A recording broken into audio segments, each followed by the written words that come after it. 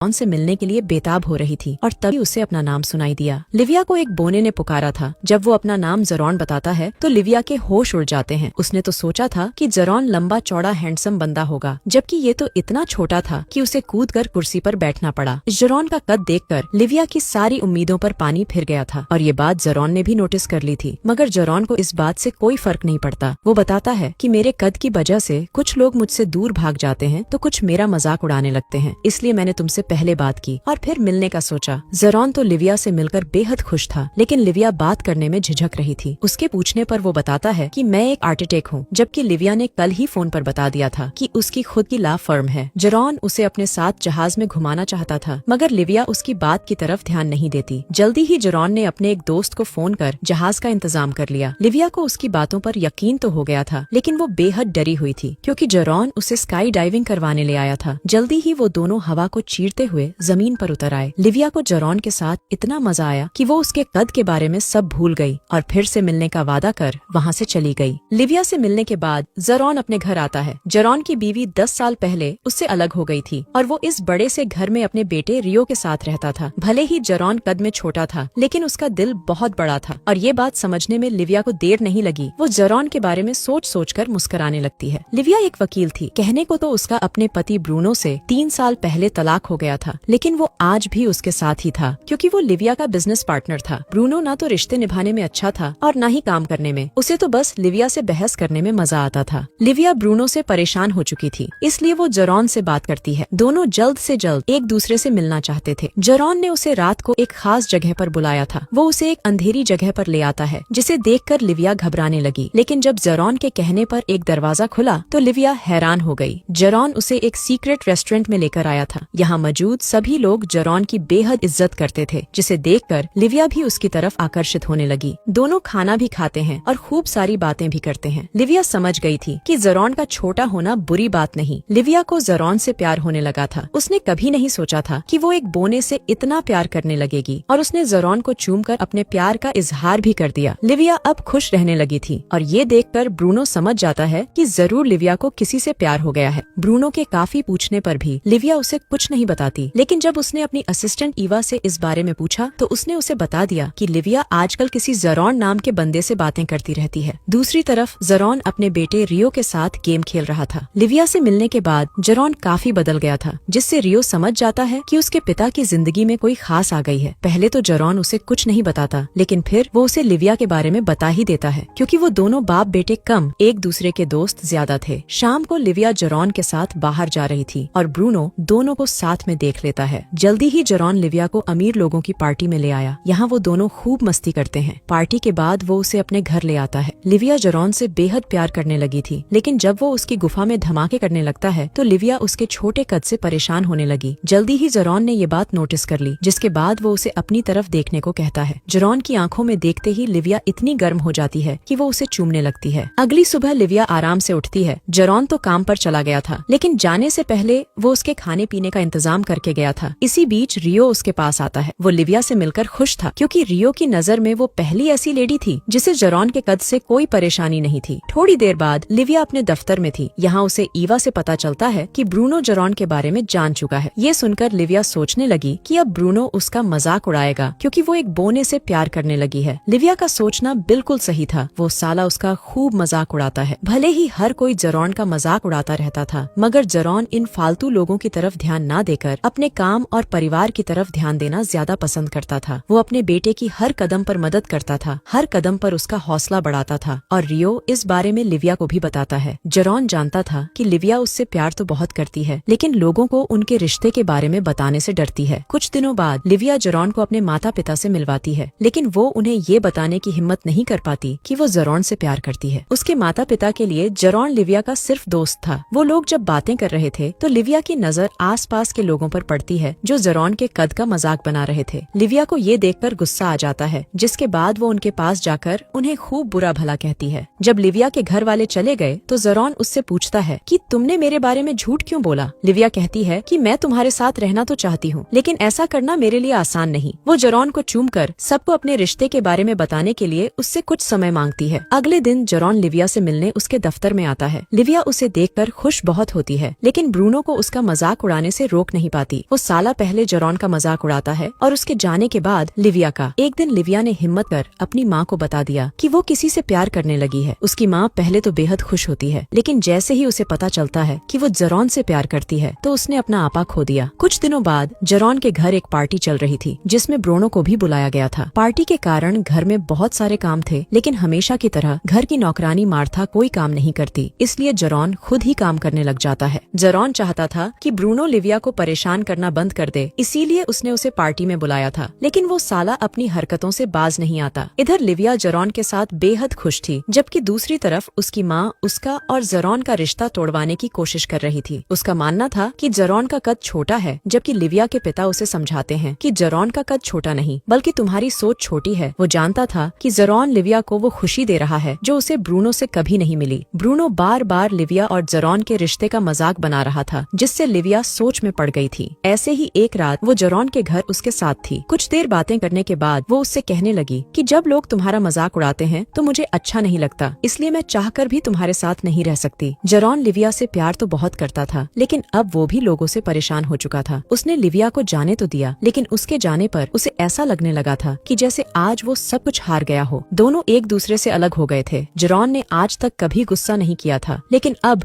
वो हर छोटी छोटी बात पर गुस्सा करने लगा था। एक दिन वो रियो से पूछता है कि तुम मेरे और मेरे कद के बारे में क्या महसूस करते हो। रियो उसे बताता है कि हमारे आसपास रहने वाले सभी लोग आपका मजाक उड़ाते रहते हैं और मैं ये बात अच्छी तरह जानता हूँ, लेकिन मुझे इस बात से कभी कोई फर्क नहीं पड़ा, और ऐसा इसलिए है क्योंकि आपको इन सब से कोई फर्क नहीं पड़ता। वो आगे कहता है कि मैं आपसे बेहद प्यार करता हूँ। आप दुनिया के सबसे अच्छे बाप हो, क्योंकि आप हमेशा ही मुश्किलों का हंसकर सामना करते रहे हो। लिविया से दूर होकर जितना दुखी जरॉन था, लिविया भी उतनी ही दुखी थी, लेकिन वो चाहकर भी उसके पास जा नहीं सकती थी। वो उसे भूलना तो चाहती थी, मगर भूल नहीं पा रही थी। और इसी दौरान उसकी माँ उसके पास आती है। वो उसे जरॉन के पास वापस जाने को कहती है। वो समझ गई थी कि लिविया के लिए जरॉन से अच्छा कोई नहीं हो सकता। अपनी माँ की बात मानकर लिविया स्काई डाइविंग करते हुए जरॉन के पास आती है और उससे माफी मांगती है। वो कहती है कि मैं जान गई हूँ कि मुझे तुमसे नहीं बल्कि छोटी सोच वाले लोगों से दूर रहने की जरूरत है। कहानी के आखिर में जरॉन उसे माफ कर देता है और इसी के साथ इस कहानी का यही अंत हो जाता है।